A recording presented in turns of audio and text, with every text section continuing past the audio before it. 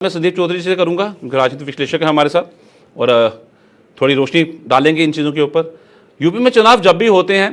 तो उसमें जाति के ऊपर राजनीति ज़रूर होती है और जिस तरह बयानबाजी इस दौर पर चल रही है और आज की नहीं, लगातार पिछले से हम देखे आ रहे हैं कि चली आ रही और आज भी एक अलग से जी। देखिए, ये बात आपने बहुत एक कड़वा सच है, लेकिन सबसे बड़ा सत्य है कि आज भी हमारे देश में, न केवल उत्तर प्रदेश में, आप जिस स्टेट में भी जाएंगे, राजनीति जाति को ही केंद्र में रखकर की जाती है।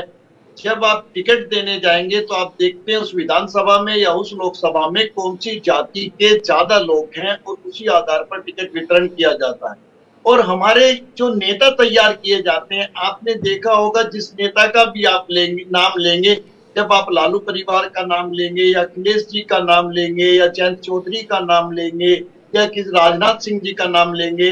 तो ये बातें पहले निकल करके आएंगी कि देखिए राजपूत समाज के बड़े नेता हैं, जाट समाज के बड़े नेता हैं, दलित समाज के बड़े नेता हैं।